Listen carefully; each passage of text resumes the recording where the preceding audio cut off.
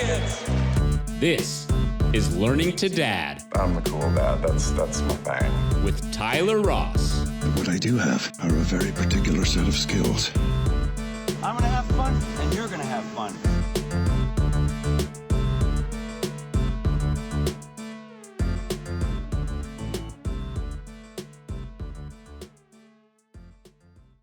Welcome to Learning to Dad. I am Tyler Ross, and I'm super excited about our guest today, Susan McCorkindale. For the first time, you can see how beautiful my guest is because we're doing it live on Facebook. That's right. So anybody who's listening will just have to take my word for it. But you are the first mom I on the know, show. thank you. Yeah, thank you so much. So what I know about you is that you were born and raised in New Jersey, but by the titles of your two memoirs, 500 Acres and No Place to Hide and Confessions of a Counterfeit Farm Girl, you've moved from the city to the country. And you've got two sons. I do. And presently you're the editor of the Haymarket and Gainesville Lifestyle magazines. Let's see, you're an autism and mental health advocate. You blog, which I read a lot of them this morning. Did you and you're now? a great writer. Aw, They're very thank you. a lot of them are very funny. Thank you. You're public speaking for a long time. You just won a competition to do the TEDx talk. Yeah. And you're on a YouTube channel. Which I am. I've watched a lot of your videos on that, too. Oh, my God. You poor thing. My kids like that because they can go and mute it. Ooh, Mom. You know, You just need Mom there. Just don't want to hear what she has to say. Exactly. They're terrible like that. Yeah. Uh-huh. Well, so just to get started, I'd be curious to know about your professional journey. Like you started working, I imagine, in New Jersey or New York? In New York. Yeah. Yeah. I was a marketing person, and then I worked my way up the ranks. Mm-hmm. And my best and biggest, job was I was the marketing director for Family Circle magazine, which was a hoot. I had a great staff. And prior to my getting that position, my best friend had the job. So when she left, I got promoted. And then, during my time there, things started to change on the home front a little bit. My husband wanted to move. 9/11 happened, right, I think before. Yeah. Yes, definitely Okay, before I joined Family Circle. So he was keen on getting out of what he referred to as the tri-state target zone. And, into the blast zone. And into the blast right here. Let's Yeah. live near the Pentagon, shall we? God, those poor people. So, I was at Family Circle for a while. I was at other magazines prior to that. I had a nice, long, fun magazine career. And also for about a dozen years, I was a copywriter. And I worked on a consulting basis for all different kinds of folks. Like I wrote for, Sunlight dishwashing liquid and Duracell batteries and stuff like that. Yeah, it was great. So what does a copywriter do? I write. You write the words that go in an advertisement. You write the copy. I write the copy. Okay. Yeah. So my thing became, if I could say it in 10 words, I had to say it in 7 words. And if I could say it in 7 words, I had to be able to say it in 5 words because you only have 2 seconds to get someone's attention in a print ad. I did radio as well. That was fun.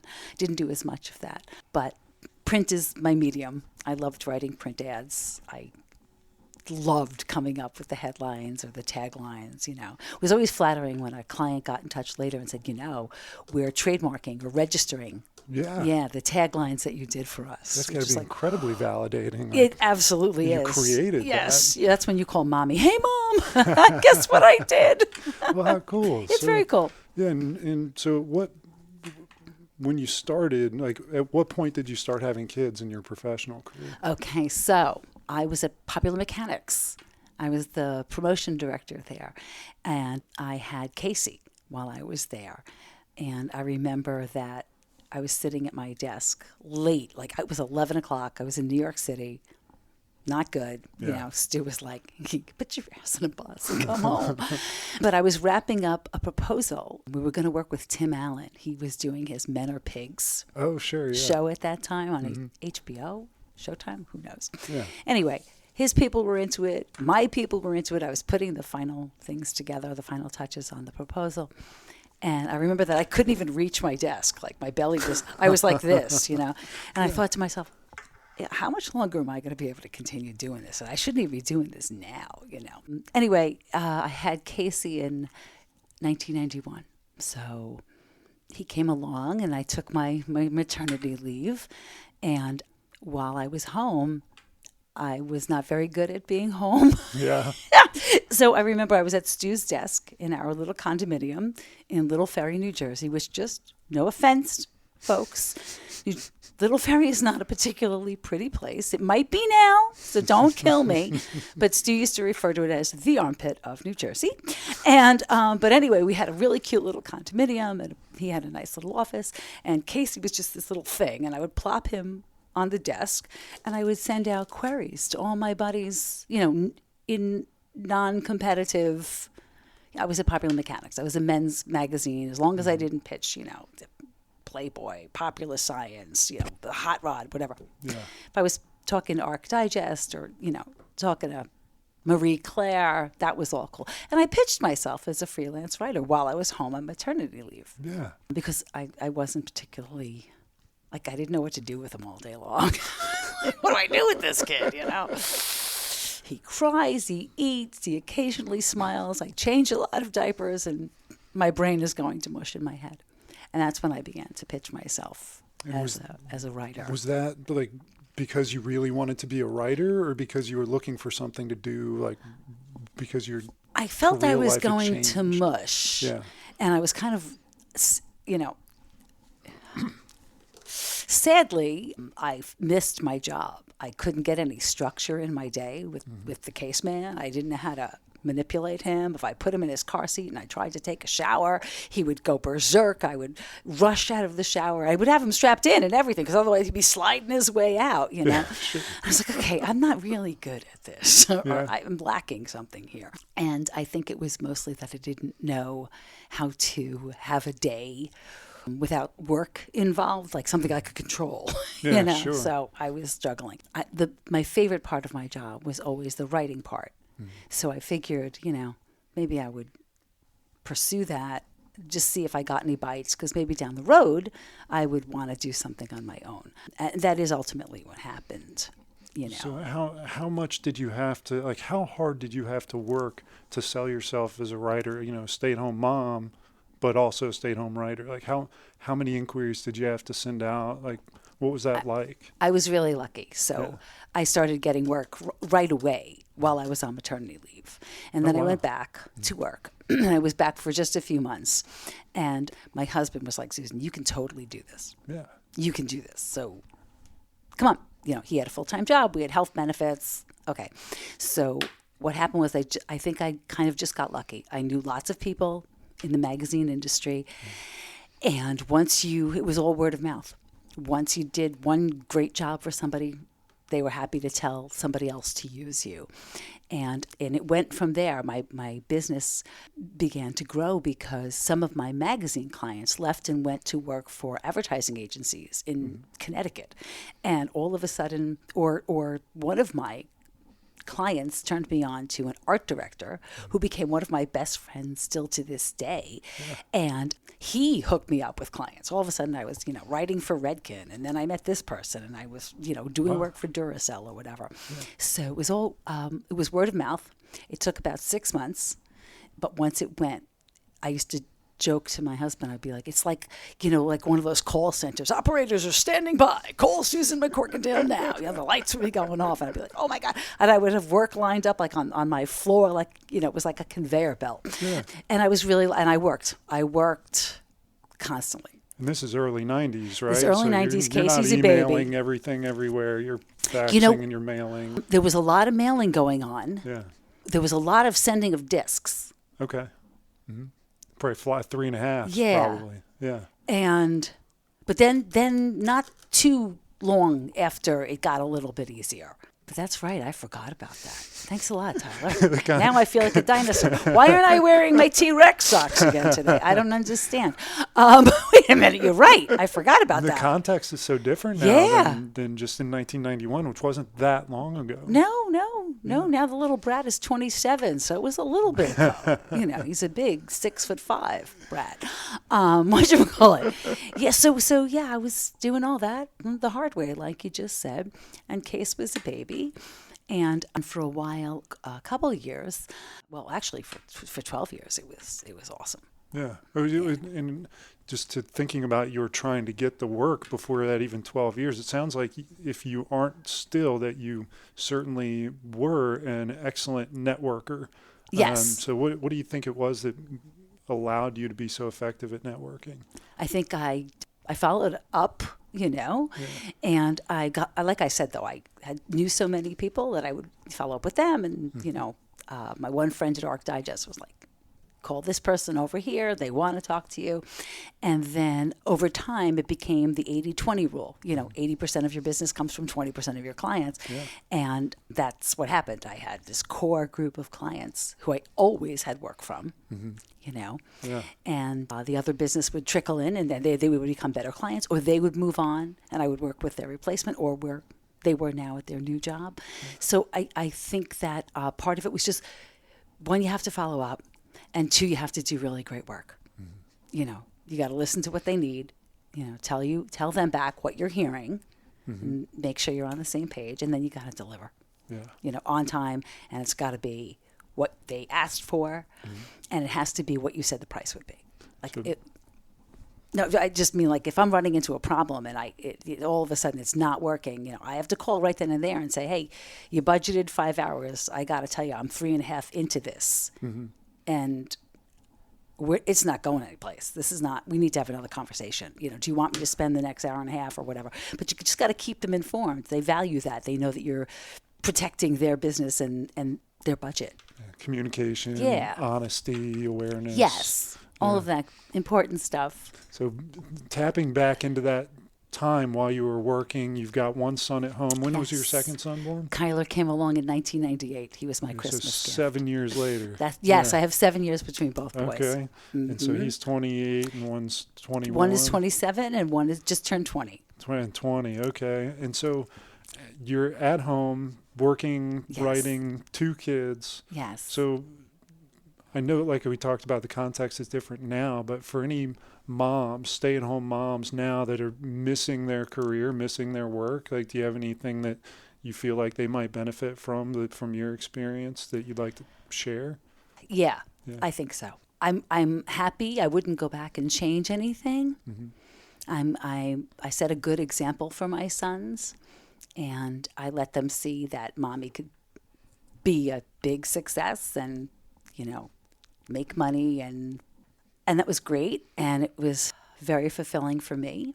But sometimes I think I baby my sons now, and they're adults, because now I finally have time to be with them. Yeah. Like back then, I didn't know what to do to hang out with them. I wasn't naturally comfortable with being the mom. Mm-hmm. And now I'm so happy that I have the job I have and the career that I have. I get to see my sons. I value my time with them.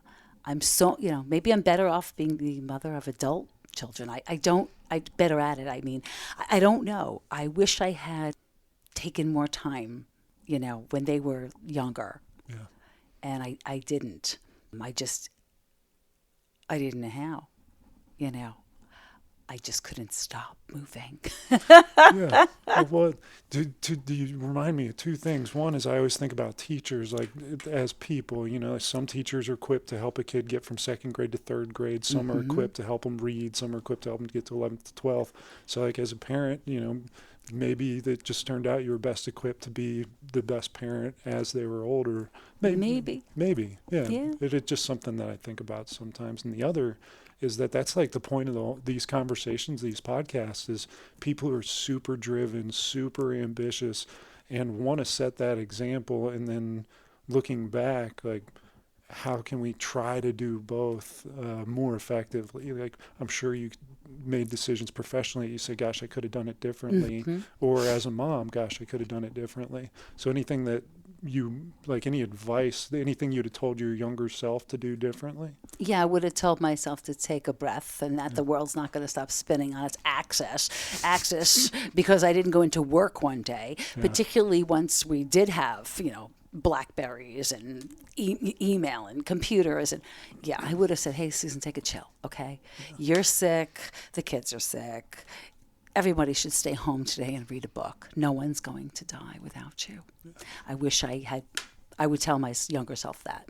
I would also tell my younger self, and to any child or parent who's listening, whose kids have those stupid SOLs and all that stuff where these poor babies are stressed out. Please, please, please, nobody ever goes back and looks at your grades. Yeah. They don't care. No.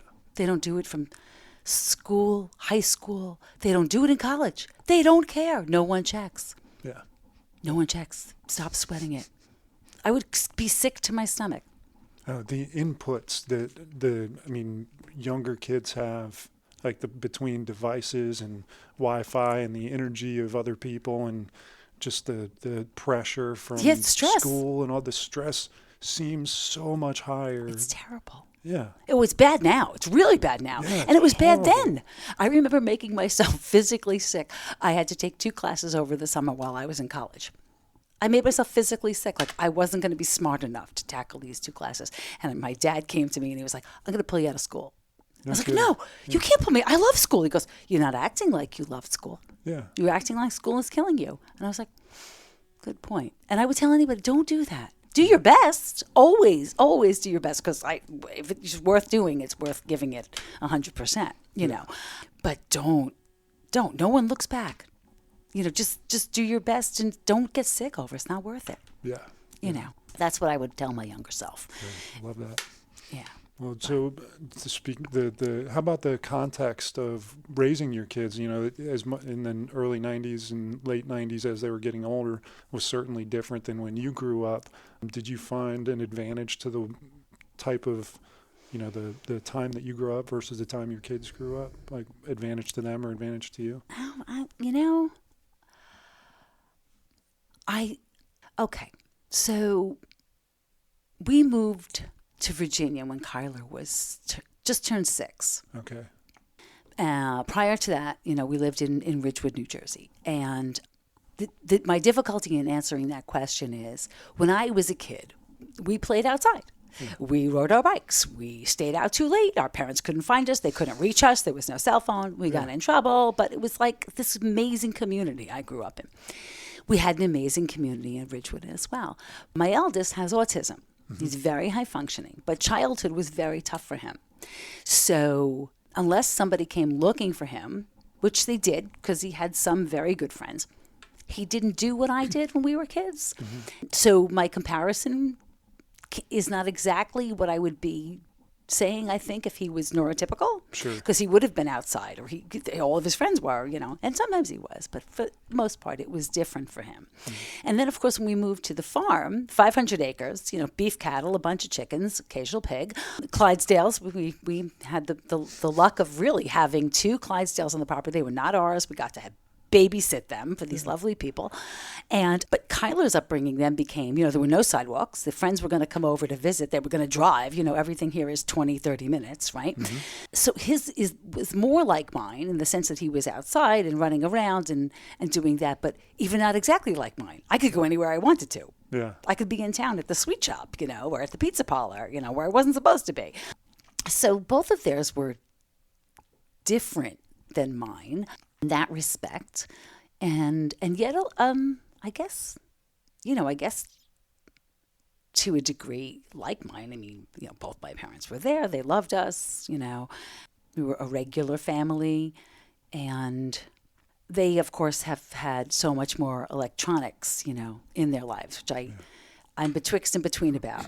You know, I know that my youngest, who's at Mount St. Mary's, is doing homework lots of times when he's staring at his phone. I know that was happening in high school as well. Yeah, lots of times. Lots of times. And lots of times I know that it's rugby, and more rugby, because really, Tyler, I'm paying for rugby. Say what you will about an education. Mommy is paying for rugby. So I get it, like that sometimes it's homework related, but there's so much of it. And that's the difference. Like, I listened to a radio. It was beside my bed. It played out loud. And then eventually we got headphones that could go in the thing. You know, it was totally different. Yeah. I remember clutching my radio when I broke up with my boyfriend. I was sleeping with my radio. You know, we all did that, okay? But it was a radio, for God's sake. It's so different now. And I can't say that I feel like it impacts them socially because they're both super social, lots of friends. So I can't really say anything too negative about it, except I am worried about their reading skills. Yeah. I am. I have to be just honest. because they don't. They do not pick up paper, books. Yeah. The other day I found a terrific article. I thought both of them should read. It would have been, I think, a little difficult for the eldest, but it would have helped them. They both kind of looked at it. Yeah, okay, we'll get back to that. I said, no, you're never going to get back to that. Yeah, I guess you got to No matter what I give them. Send it. Yeah. I'm like, hey, have you read anything, like his name, John Krakauer. Those are guidebooks. Yeah, sure. Under the Banner of Heaven, and Into Thin Air. Those are guidebooks. No, they ignore me. I worry about their reading skills. I really do. Yeah, I only really started reading 2 or 3 months ago, and I'm probably averaging a book a week for the Good. last 3 or 4 months. And You gotta read. I feel incredible from reading. So anybody Good. listening or watching, read. You read, got to read. read. Lots of more. reading to be done. It makes you, it makes you a better reader, but it makes you a better communicator. Yeah. And I don't understand. I worry about them. Like, I know for a fact that they skim emails and they skim their text message and they miss pertinent information that's right in there. Like, Oh, yeah. I told you to make a right. I couldn't have been any more, clear about that. Yeah. So I worry about the reading. I do. And my parents, both teachers. We were reading in my house. I can't add, Tyler. I can't balance a checkbook. Can hardly parallel park my car. Thank God you have a regular parking lot out here. I could get right in there, but I cannot add. I can't. But I can read. My parents were teachers. It was all about the reading. Yeah. Well, you're in the right industry and have That's been. right. Yeah. Well, I think I just gravitated to it. It was all about the reading. If you can't read, how can you study history? How can you study geography? How can you study anything if you can't read? Yeah. Yeah, I It's guess so you tough. watch it on YouTube. Right. Well, now you can watch it on YouTube. Like when we watched and your speaking TEDx of learning to video. dad, that's how I learned to dad. Yeah. I'm kidding. No, well, I am curious to get a little bit more into your life with family. Your son Casey has autism. Yes. At what point was it acknowledged in him that he has autism? He was diagnosed shortly after we moved here. I'm going to say like 2006. So he was 14, 15 already? I think he would tell you 14. Okay. All right. Yeah. Yeah. So how did that... Well, did we that just like open your eyes? Like that Well, we explains just thought all he was these weird. things, Yes, or- we were yeah. just like, he's just kind of touchy. He's Yeah. a little odd. We didn't know. But yeah, that opened our eyes. It explained a lot of things. And we left with what most people leave with when their kid is diagnosed. You're left with, keep doing a great job. That's what Yeah. you're left with. Yeah.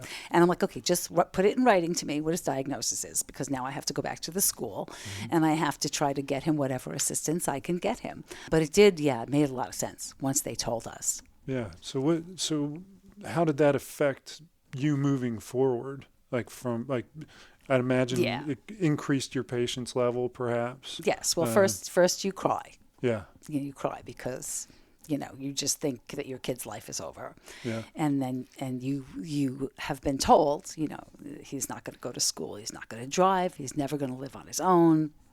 He's going to be with you forever. And that's really heartbreaking because what are you looking forward to? You're looking forward to graduations and picking colleges and, all of that stuff. And it made both of us very determined that we would force the normal until we couldn't do it anymore. So Stu coached football and Casey played, and we just made him do normal mainstream things. He had good support in school, and we made him do regular things. We just treated him like I'd always treated him. He was a little odd. Okay, so that's fine. But one day he wanted to drive the farm truck. Stu was like, here's the keys. He could get hurt, but he got in the farm truck. He drove it all around. He had the dogs in the truck with him. Hey, we were becoming farm folk, Yeah. And Stu was like, might just be me, but I think he's going to drive one of these days. Yeah. And it was actually, I think, I don't know, it was shortly a year after Stu passed away, maybe 2 years after he passed away, that I watched Casey pull into the DMV, and I knew he nailed it. I knew he nailed it. He nailed the test. He nailed the driving test. He did it. He drives. And he even delivered pizza. He I delivers read in your pizza. blog post. That's Yeah. it. My boy, Mr. Papa John's. Yo, Papa John's. Mr. Never Something Gonna is wrong Drive. with my phone. What is up there? Hold on, folks. I'm moving in here to Just say done. Whatchamacallit? Yes, he's Mr. Papa John's, and he's so cute. I mean, he's worked everywhere. Yeah. He's worked at Food Lion, up at Regal, But he defied the odds just yeah. driving at all, let alone, earning He lives money in on his by own doing apartment. He that. lives in his own apartment. Yeah. He goes out with his friends. He has his job. He was at Lord Fairfax for a while. Yeah. School wasn't his bag, but he went. He was like, I don't know. He might go back. I don't know. We'll see. But the defying of the odds, though, is all on the parents.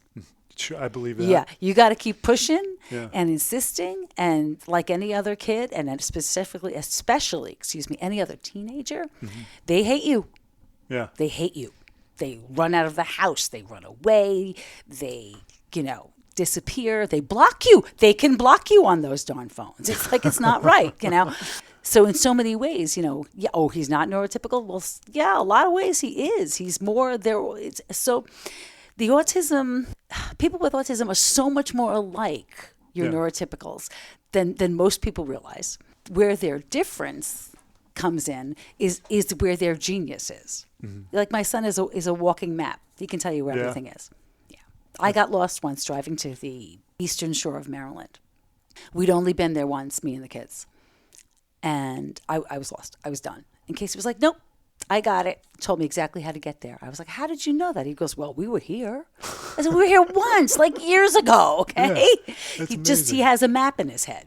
And he can remember all sorts of stuff. That's amazing. Yeah, so they have their own form of genius. They have their own genius, period. Yeah. Each of them. Just, the parent has to find it and then figure out how to use it to the kid's best advantage. When he was diagnosed as having autism, were you directed towards any sort of resources? Was No. there much information out there? By the it's time- got to be different now, right? Okay, so by the time he was diagnosed. So he was in middle school. Yeah. And the bulk of the information still now is all for little kids and new diagnoses. Okay. So you're looking at all that stuff in that huge pile over here. But middle school, high school, and transitioning out of high school to the adult world, it's like falling off the cliff into the abyss. There's nothing. Sure. But there was nothing. More is happening now. Colleges have put programs in place. George Mason, Lord Fairfax's Middletown campus has an incredible club for these kids. Yeah. Northern Virginia Community College has programs in place. Lots of schools across the country are realizing that, this is an underserved market.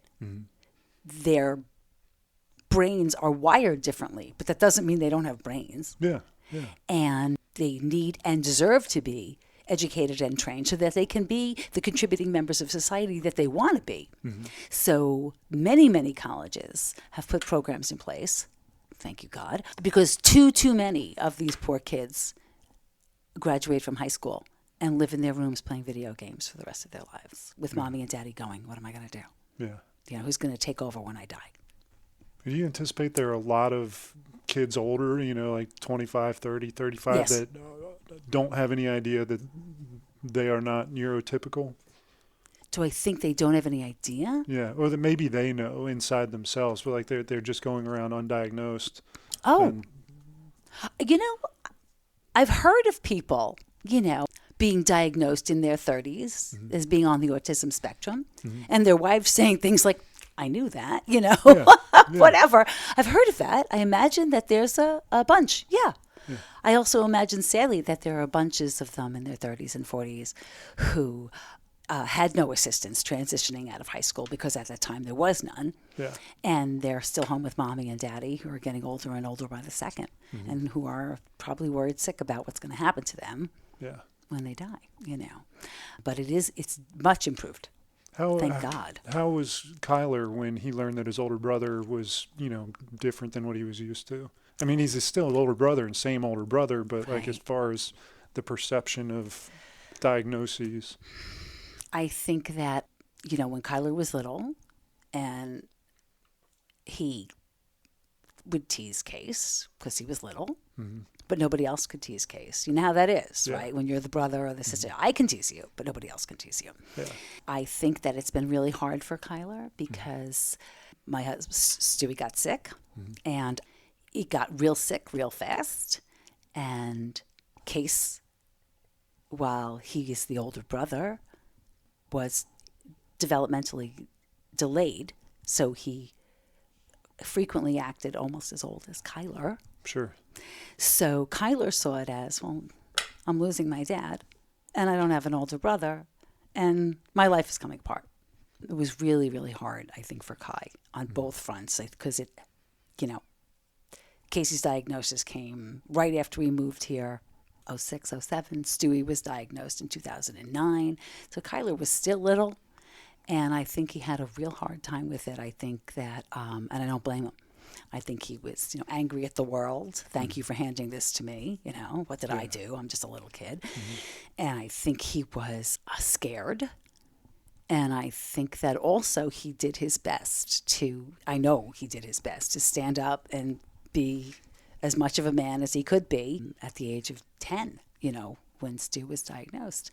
It was hard for him. And then as he got older, he and Case would go at it in the house, but outside of the house, at school, or ever, don't you pick on my brother. Yeah. I heard what you just said about my brother, So I was proud of him. That's not easy to do, And now, as they're both older, Kyler's friends all love Case. Yeah.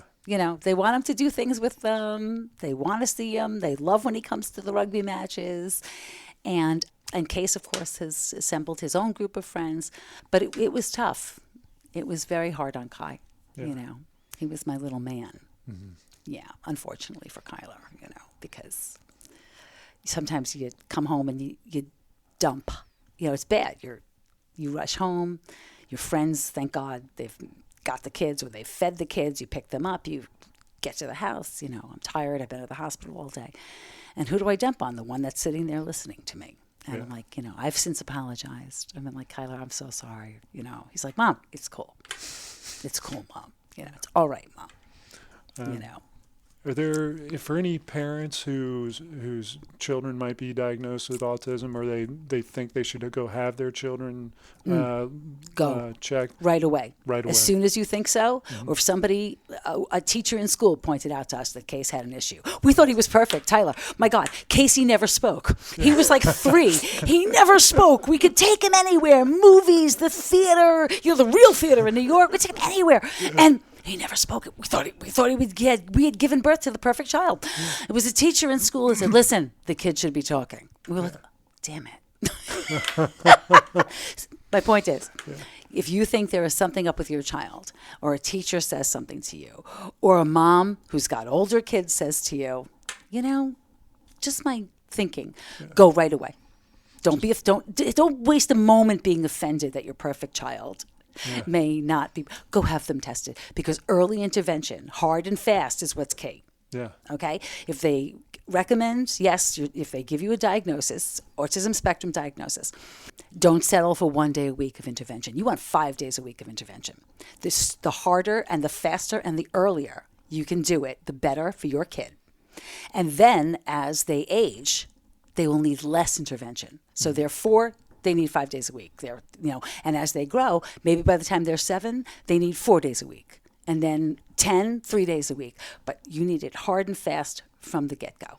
Yeah. If you even think there's something up with your kid, you go now. Now. Now. So what kind of resources are available for anybody to transition into being, I thought I was a parent, to a typical, to a parent that, has a kid that has some requirements that are unusual? Is there any sort of transition for parents for that? Well, there's a lot of help. Yeah. And what's really crazy is the April issues of Warrenton Lifestyle, Haymarket Lifestyle, and Gainesville Lifestyle magazines all have, for the first time ever, the Disabilities Resources Guide, right smack in the middle. Yeah. It was created by the ARC of North Central Virginia, who's right here at the Path Foundation, and the ARC of Greater Prince William. It is this incredible directory of resources for parents, for kids with autism, and a whole variety of special needs, all kinds of stuff, Down syndrome, cerebral palsy, ADHD, and more. And in those resources are help for parents, help for parents looking to help their kids. And I'm really proud of it. I'm really blown away by how great it came out, and the issues that surround the guides, all focus on families and individuals right here in Warrenton and in Haymarket and Nokesville who are figuring out, their special needs kids and getting them the best help. But we have resources here. Lots of them. Yeah. And if you're listening or watching, hello, and you don't know where to go, you pick up the phone if you're here in Fauquier County and call the ARC of North Central Virginia. Ask for Marilyn McComb. Tell her Susan sent you. We have the resources. We can absolutely help parents. And it's so much better now, Tyler, than when Casey was diagnosed. Yeah. And we were here. I was like, where do I go? And even I would go far out into Fairfax, into D.C. I was like, I'm not getting a whole lot here. I was like, I better go home. I'm going to go home to New Jersey and go into New York. But now we have stuff. Yeah. We really do. And it's not, okay, take your day to be crushed and be sad and then put on your big girl pants and say, no way, not my kid. Awesome. Yeah. Awesome. You got to be like a mama bear. And you got to be a Papa Bear. Papa Bear. Papa Bear. How did Stu handle the diagnosis?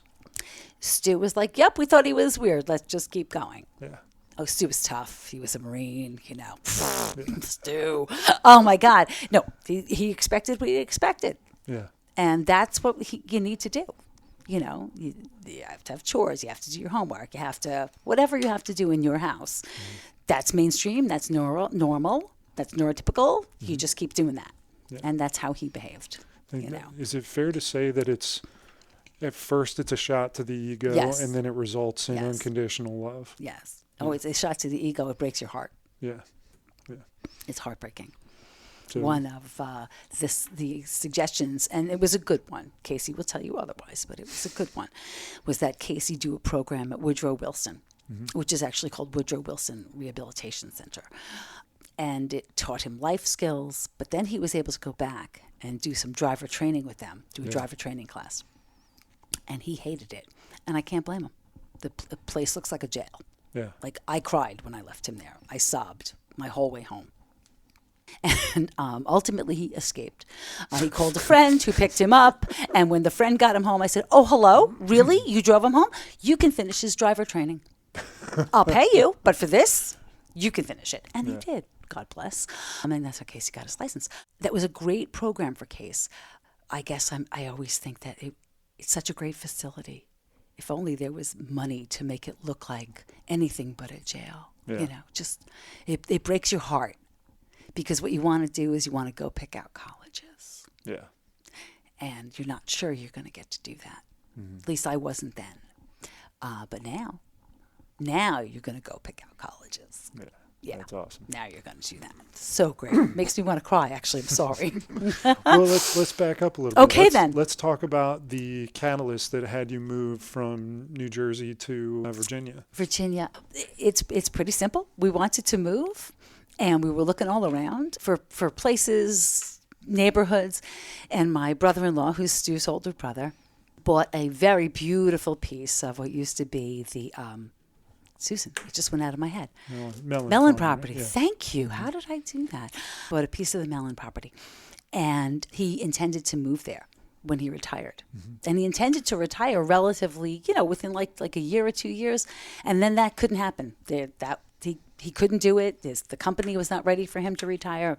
And he says to Stewie, you guys are looking for someplace to move. I have a place that needs moving to. This is a working farm. At least come look at it, So we came and we looked at it, and Stu's all excited. And all I can hear is bzzz, moo, bees and cows. And I'm like, are you kidding with this? This place is deserted. Like, I work in New York City. I run from anything that I know better than to go into places that look like this. I went to school in New York. You stay away from these places. There could be bad people in there.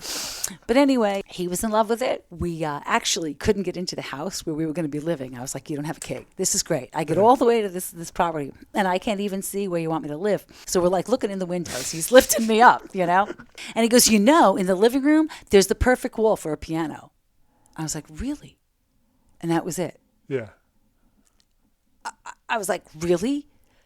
All right, we'll do this. Because, I wanted that. I didn't have a piano in Ridgewood. I had one when we lived in the armpit of New Jersey.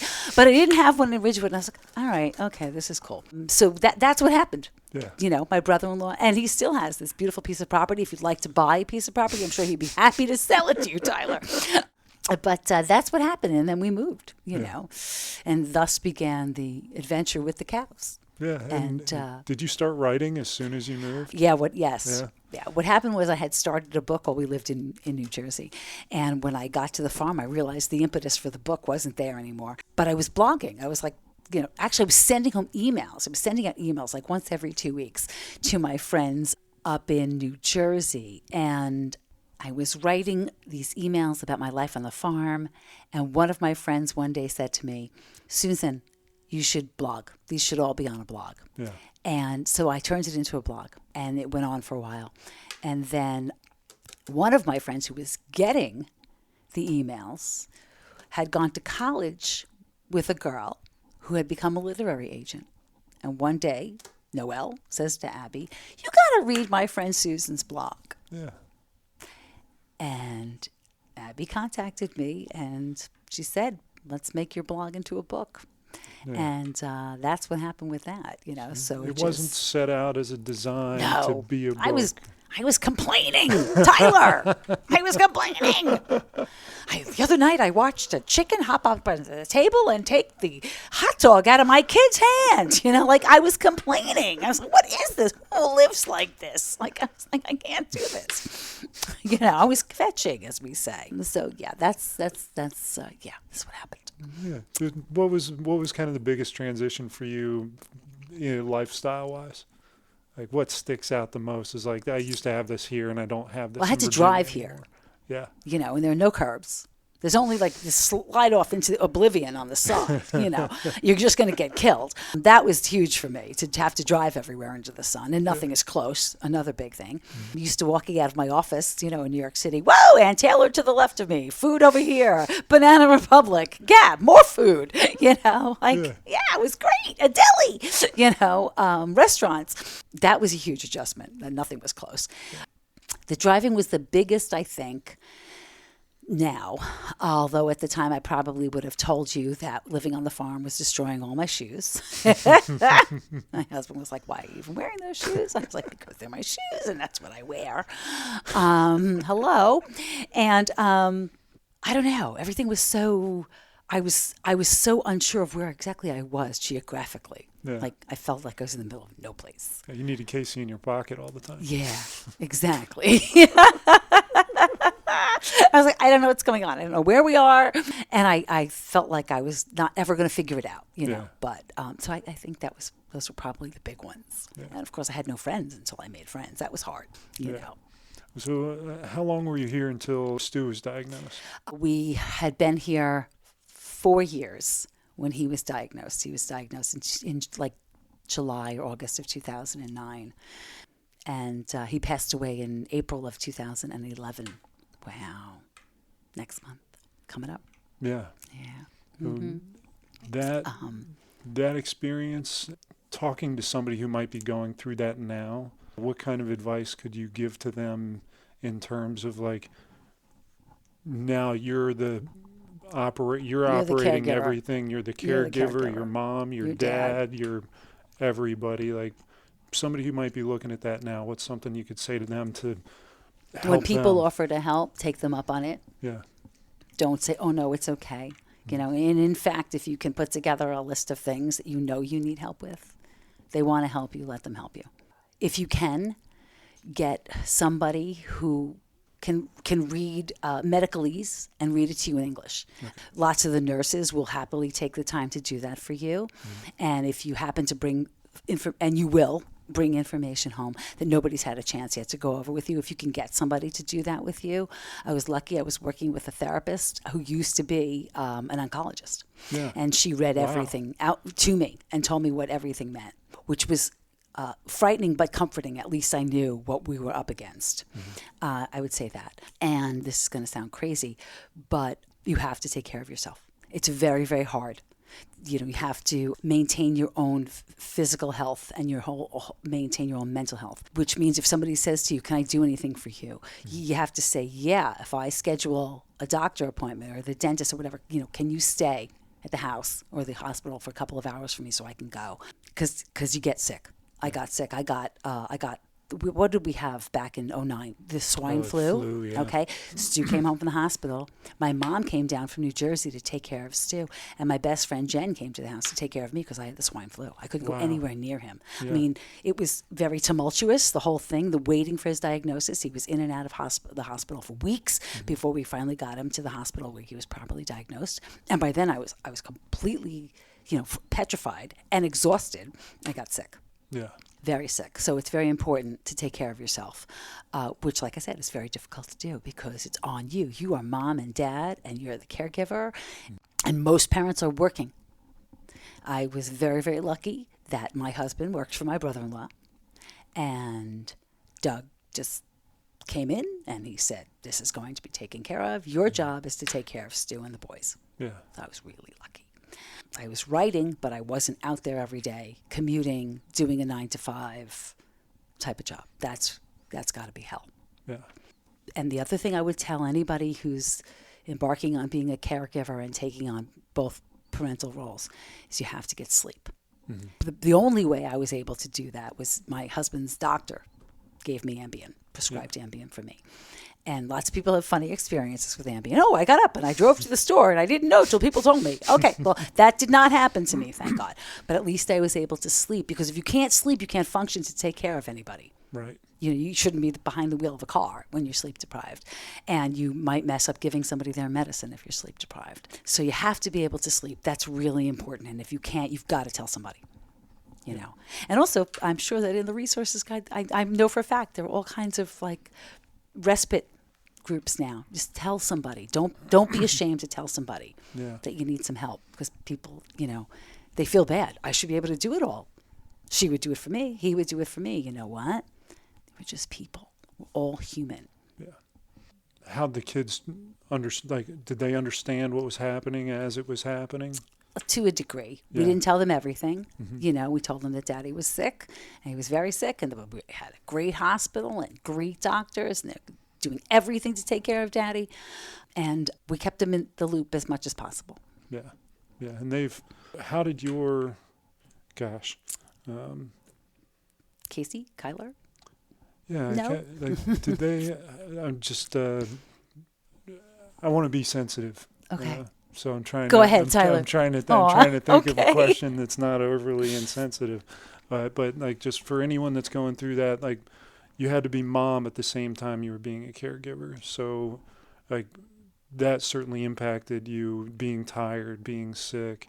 So tell everybody to accept help that's offered and things like the kids' transition. Did they have friends they could lean on and family and things like the importance of that? Could you talk about?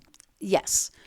So my son Kyler started having 5 a.m. play dates at Wendy and Willie Miller's house because he was buddies with James. They were in school together, and I would have to be taking Stu, sometimes at the spur of the moment, or it was planned, to the hospital.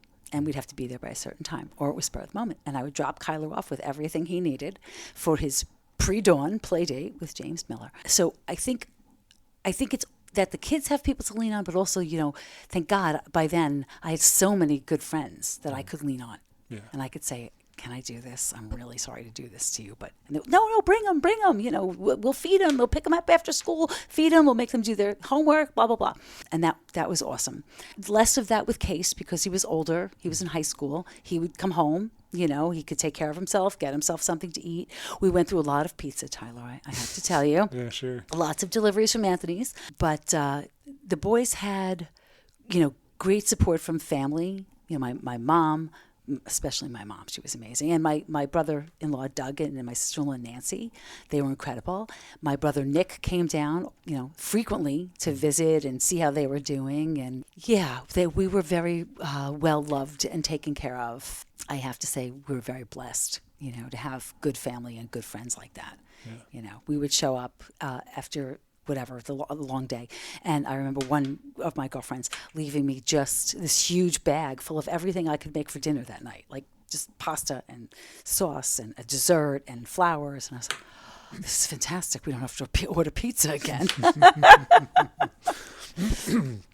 So after Stu passed, and, you know, life has to go on. How did you evolve or change as a parent? Like, how did you find your roles changing?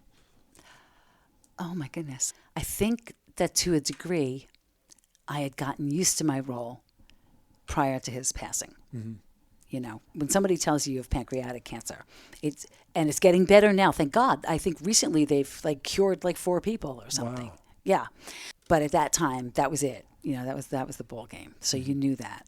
Not that we didn't keep pushing and fighting and trying, but I think that I knew that my role changed right from the moment he was officially diagnosed. Mm-hmm. And I think that it stayed that way after he passed away.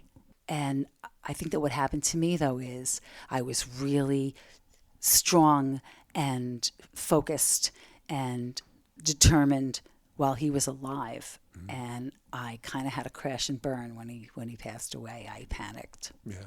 I definitely panicked. I got scared. I got scared to leave the farm and scared to leave the house. I thought something was going to happen to my kids. Mm-hmm. And just a few months after he passed away, we had that crazy earthquake. Oh, wow, yeah. Right? Mm-hmm. And I remember thinking I had done something wrong to the furnace and that the house was blowing up. And then it was an earthquake. And then I couldn't get, you know, my one boy was on his way home, thank God. Casey was on his way home. I ran to get Kyler. And that didn't help anything. Like, I don't know how to explain it. I had a really hard time after he passed away. The first year was very hard, and I was frozen. I was too afraid to make a decision. Should I move off the farm? Should I stay on the farm? I shouldn't stay on the farm. There's nobody here. I got to get these kids off this farm. And I couldn't move. I couldn't make a decision. It was crazy. What pulled you out of that? Was there a moment, or is just kind of you worked your way slowly out of it?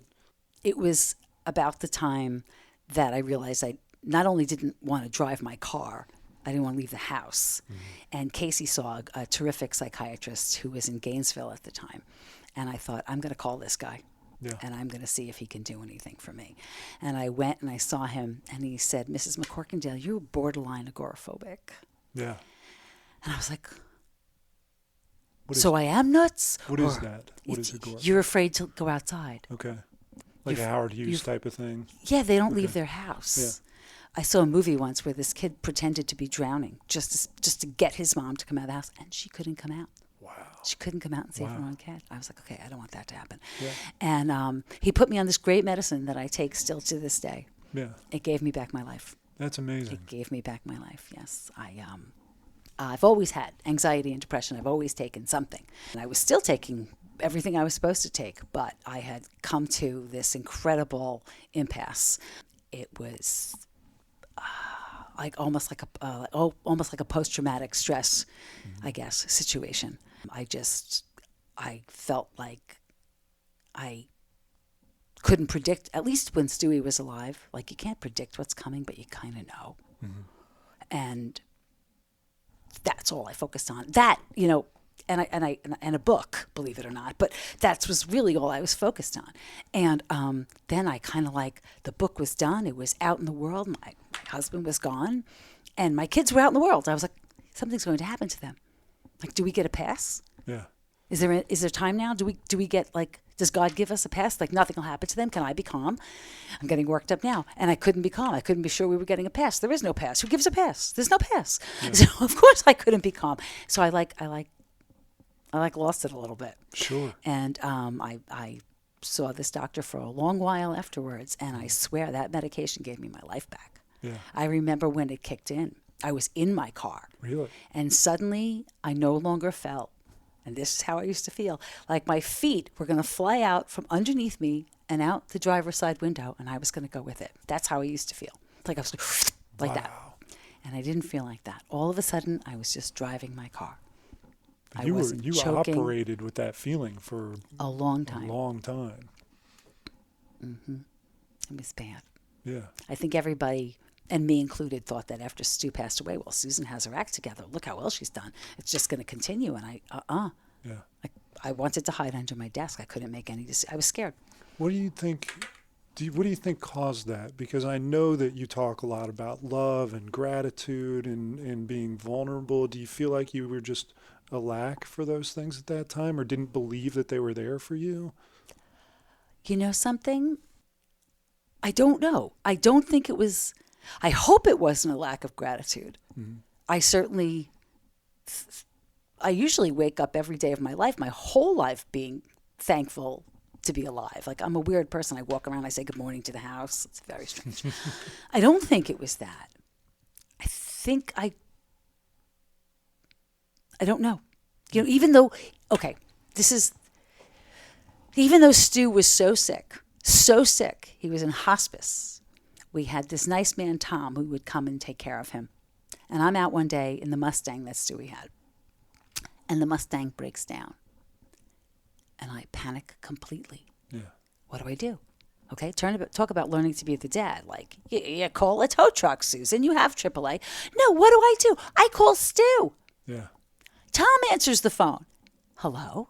I'm like, Tom, it's Susan. The car broke down. I don't know what to do. I'm crying on the side of the road, like on Lee Street, over by where Christine Fox's was. Sure. Crying. And I go, can I please speak to Stu? And he goes, okay. And he gives Stu the phone. And from wherever my husband was, he came right back. He focused. And he said, you know, you call AAA, have them send a tow truck. Mm-hmm. I forget where he told me to bring it. Oh, up to the Ford dealership in Marshall. Yeah. He goes, you know, it's okay. Go with them. We'll get you a ride home. Okay, honey, thank you. Now, so he was still my rock. Yeah. And now I had to call me. Yeah. And I wasn't prepared. Wasn't ready for it. Yeah. Even after all of that. Like, I wasn't ready for it. And the kids are calling you now, too. Sure, well, they were. They always were. They Your were. mom. And at least I kind of always knew he was to some degree, Tyler, you know, I swear there were times I was positive he was going to get up out of that bed, out of his hospital bed, and walk into my little office, which was in the living room, which is where I was writing, and say to me, okay, I'm better. I'm taking my job back. Mm-hmm. And you've been banking online. I don't like that. We're not doing that anymore. I mean, I swear, there were days I thought he was going to do that. Like, I expected him. He was putting up such a fight. I expected him to do that. So I think I was just, panicked. You know, he wasn't there. Mm. Okay, he was sick, but he was there. Yeah. And I could still, and I did, obviously. I called him. Yeah. I think Tom probably thought I was crazy. By the time I got home that day, he was like, wow, that was something. Why wouldn't you be? Yeah. Right. You know, he was like, why wouldn't I be crazy? I was totally crazy. So I think I don't think it was a lack of gratitude. I think that I just didn't know how to function without knowing he was at least physically there. Yeah. Let's go into the quick questions. What's the role that vulnerability plays in your life? It is my life. Yeah. The fact that, you know, it is my life. I share everything. I can't help myself. Right? I'm always on the verge of, you know, TMI. I don't even know if I make myself vulnerable. This is just how I am. Yeah. And you've always been that way, you think? Yeah. Yeah. And when I was a kid, my mother would be like, stop wearing your heart on your sleeve. Everybody knows everything that there is to know about you, Susan, and you're easily hurt and you're easily, you know, overjoyed or whatever. That just is who I am. And I think part of it is that, I know a huge part of it is that I want people to know they're not alone. Yeah. You know. Love that. That other people are going through what they are or something similar. Right. So, as a parent, what's a characteristic of yours you're particularly proud of? That I'm very close to my sons. Yeah. Yes. They can talk to me about anything, and they have. Why do you think they are comfortable talking to you? Because I talked to them first when they were little. So it's important for parents to talk to their kids. And Stu was like, I'm not talking about the birds and the bees. I'm like, oh, I am. I am right now. I don't want to be the mom on the other end of the phone. Your son, oh my God, I'll kill you. You know? Two boys, yeah. Yeah. Right, so how'd you discipline your kids when they were growing up? Oh, I'm also a pansy. I'm super soft. Let's see. The occasional timeout. The occasional taking away of the device. Mm-hmm. And I say occasional because I'm really bad at it. The denial of the favorite snack food. Yeah. What else?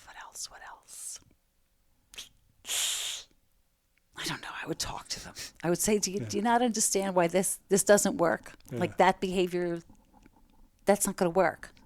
It's hard. It's so hard. It's so It's hard. so hard. I haven't figured out how to do it yet. Really. No, I mean, Just like, talk. I would talk to them. I don't, because the rest of it, you take away the phone. Oh my God, the world is going to explode now. Yeah. So I would talk, but like I'm a softie, I'm a softie. So, as a parent, what's your role for your kids? I think my role is to be the role model, to show them that you can do what you put your mind to.